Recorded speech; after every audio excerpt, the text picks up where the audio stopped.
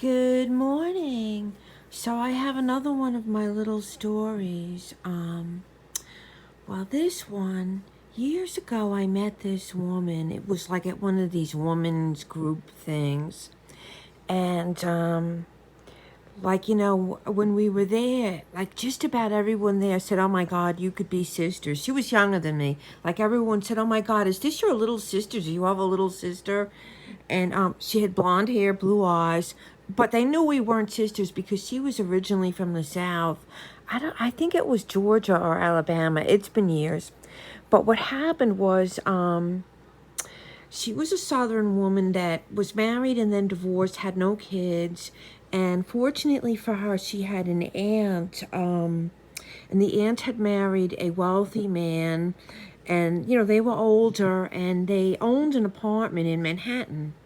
And I think it was like either the Upper East Side or it was like a really nice section of Manhattan, and they owned the apartment. But they were going to be traveling for at least a year, and they didn't want to sublet it, but they wanted someone, to be there to take care of things. So they told her, well, since you just went through a divorce recently, why don't you stay at the apartment, for free, all expenses paid, and just get a job, like with a temp agency, So she got a secretarial job and lived in this beautiful apartment in a beautiful building in a beautiful part of Manhattan. And it was going to be for at least a year. And so what happened was she told me she put herself on Match. And she knew that, like, when the aunt and the uncle came back, she'd probably be going back south, and it was just going to be, like, about a year, possibly 2 years, that she would be up there. Because they told her, like, when they got back, she could stay there if she wanted. They had more than one bedroom. But, like, in other words, she really wasn't planning on being there forever. And so she put herself on Match, and she said she felt very relaxed. She wanted something steady and regular with a man, but she wasn't necessarily looking to get married because she wasn't really sure of, her future or whatever.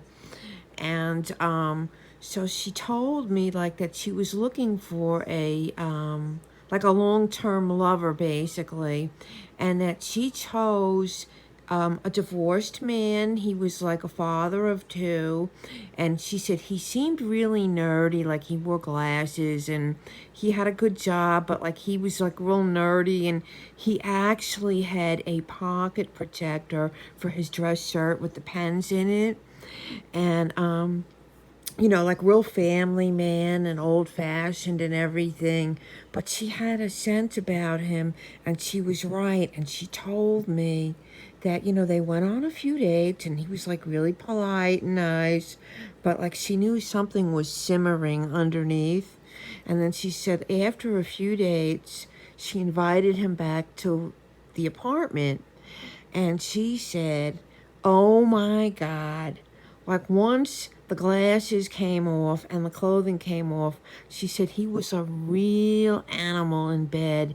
And I guess it had been a while since he had been divorced and had been intimate with a woman.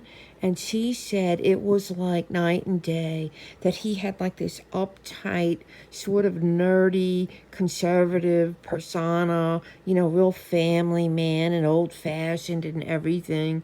And that he was like a freak in the sheets.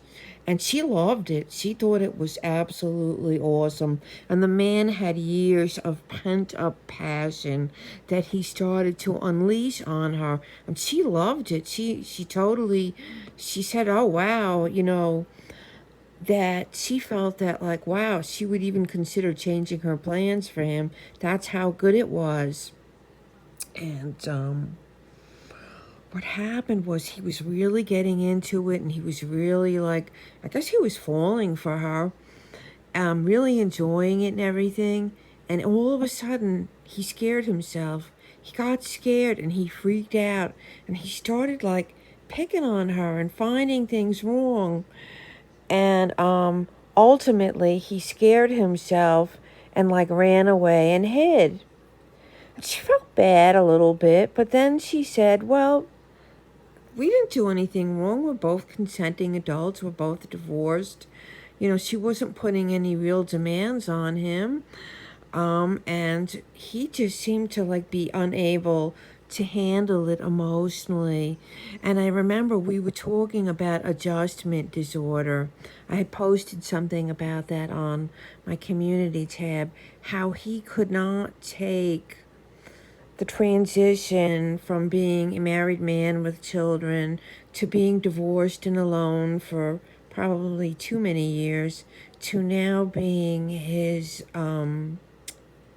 you know, his carnal self, and it was just too much for him to handle. And, I think a lot of women, have had that happen where they start a relationship with somebody and not even with any kind of like expectation. I have The Bachelor on TV, very fitting. But yeah, so and then he just couldn't take it. That was no fault of hers. No fault of hers that, he couldn't handle his emotions and his dichotomous nature. Some people, not just men, but women too, have a dichotomous nature where their public persona is, like a goody two-shoes or a nerd or a stuffed shirt and conservative family person, but like they have a secret inner self that's very I'll use the word carnal because I don't want to offend, but they have a secret carnal side to them. And the corollary is there's some people that present themselves like they're a playboy or like they're like, Rico Suave, and generally those are the ones that are a dud in the bedroom. Act all, like, oh yeah, look at me, kind of narcissistic, and they're really not that good in bed. And it's the ones that are kind of humble. That old saying, it's always the quiet ones you have to watch out for. But the ones that seem humble in real life are the ones, So I just remembered about her recently. I hadn't thought of her in a long time, and we lost touch.